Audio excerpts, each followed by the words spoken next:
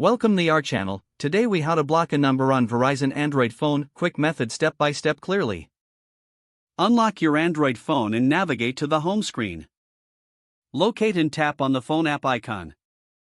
Once the phone app is open, tap on the three vertical dots in the upper right corner. From the drop-down menu, select Settings. In the Settings menu, look for Blocked Numbers and tap on it. You will see an option to add a new number. Tap on Add a Number. Enter the phone number you wish to block. After entering the number, tap Block or Done. The number will now be added to your blocked list. To confirm, you can scroll through the list of blocked numbers.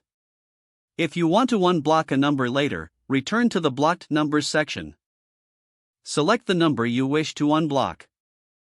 Tap on the option to remove or unblock it. You have successfully blocked a number on your Verizon Android phone. If the page does not load, refresh the browser or try again in a private or incognito window. Make sure you are using the correct email address, then retype it carefully to avoid small typos. If your password is not accepted, use the reset option and create a new strong password you can remember. Check your spam folder for verification or security emails, then complete any requested confirmation steps.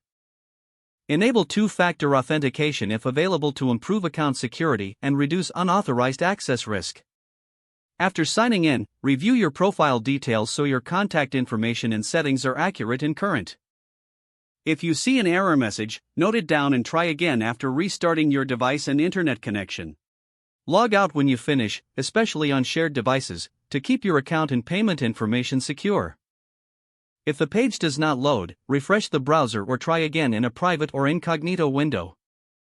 Make sure you are using the correct email address, then retype it carefully to avoid small typos.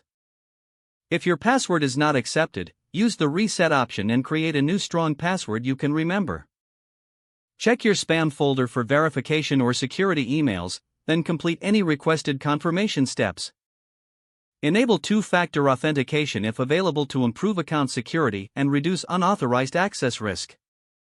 After signing in, review your profile details so your contact information and settings are accurate and current.